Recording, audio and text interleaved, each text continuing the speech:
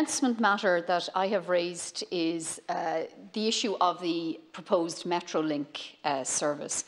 So the Metro, an underground integrated rail service, was first proposed for Dublin back in 2001. So we're 20 years on talking about some sort of an underground frequent rail service. Metrolink is progressing, and my understanding is that Transport Infrastructure Ireland have been working and progressing their plans and intend lodging a railway order application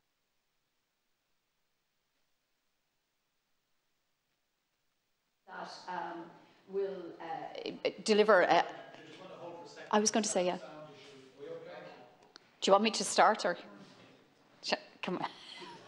Okay, so the Metrolink project will give the potential of high-speed, frequent underground rail service from the city centre out to the airport within 20 minutes.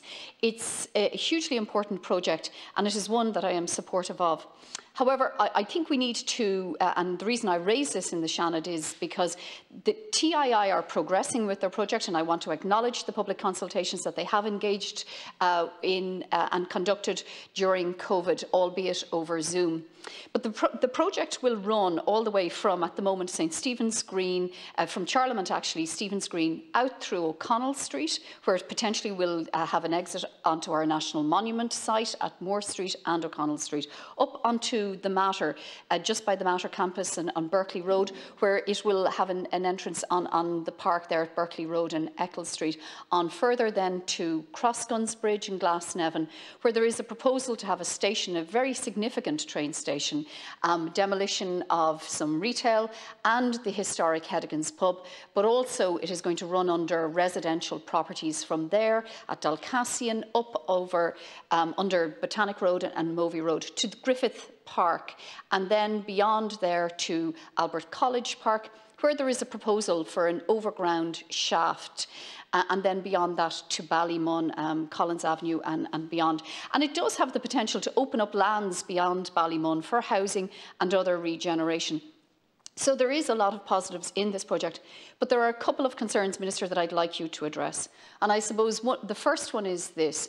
There was a commitment given to do a feasibility study on extending the proposed Metrolink from Charlemont going west, southwest in the city, out towards Terranure and Walkinstown.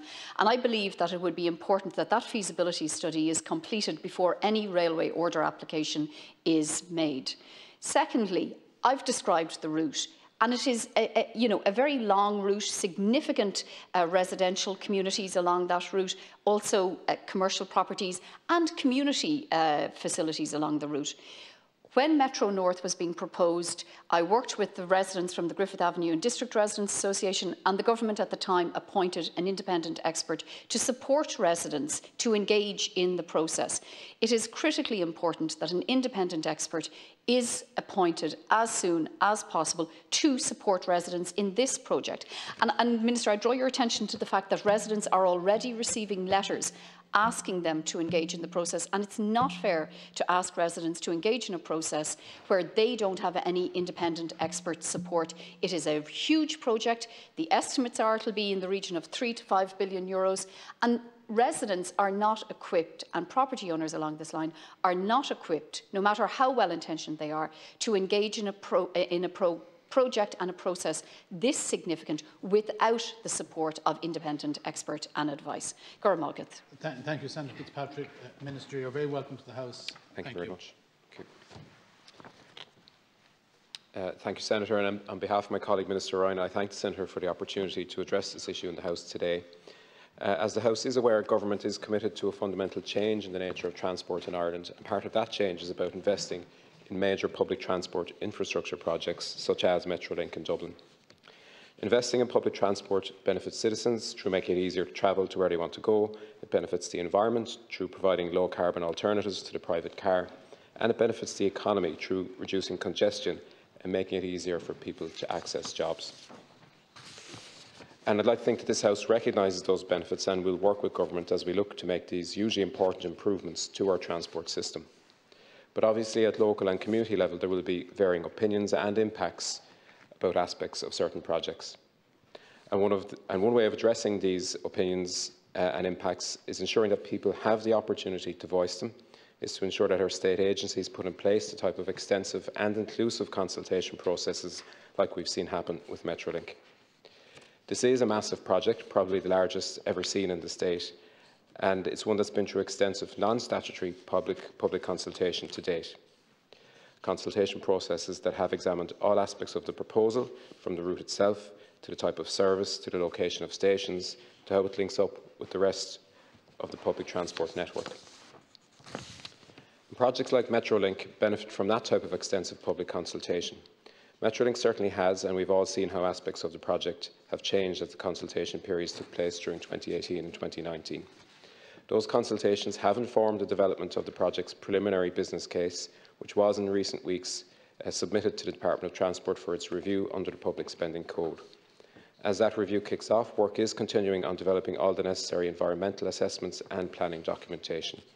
But submission of the preliminary business case is a really important milestone for the project. It means that, following this review, the project can be brought to Government for its approval to enter the statutory planning system. And if approved by Government, then that statutory planning system will ensure that citizens have another chance to make their views known. Now, in relation to the specific location of Albert Park, and as the Senator is aware, the extensive planning, design and consultation on Metrolink has concluded that it is not an appropriate location for a station. I'm informed that's based on the location of the proposed stations at Griffith Park and Collins Avenue. I'm also told that if a station was proposed for Albert Park, that it would require considerably more land than that required for the proposed ventilation shaft at the location, with knock-on implications for construction schedule and ultimately cost. However, I can confirm that Transport Infrastructure Ireland have committed to pay for independent expert advice and assistance for those local communities with alternative perspectives to develop their thinking ahead of the planning process. I understand this expert advisor will be available to the communities by June, and I very much welcome the assistance being provided by TII to these local communities.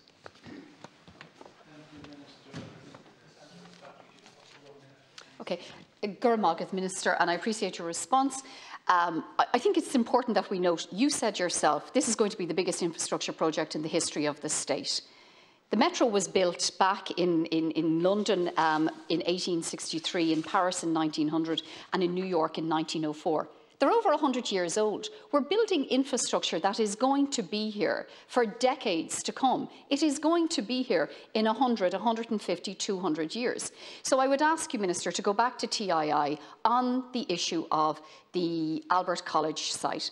I accept that you have been informed that that site has been determined based on the location of the other two stations on either side of it.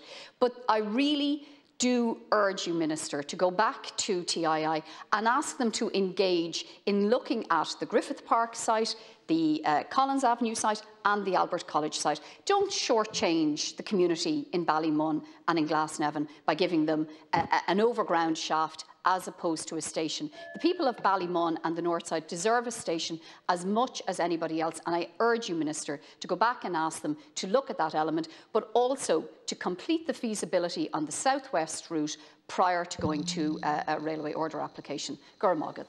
Thank you, Senator Fitzpatrick.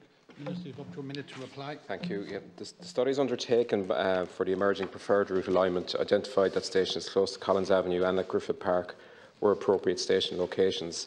If the provision of a station at Albert College was to be advanced, it would need to be in the same vicinity as the proposed intervention shaft.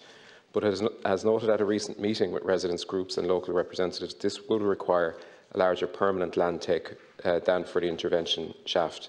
A larger construction area with a longer construction period would also be necessary. Overall, the cost of a station at this location would add considerably to the cost of the overall project, and accordingly such provision is not considered to be appropriate given the other station locations and the characteristics of this location. I will take your points back to Minister Ryan when I see him next, and just to give a little bit more information about the assistance that will be provided to the residents as well. A tender process is currently underway to secure those services.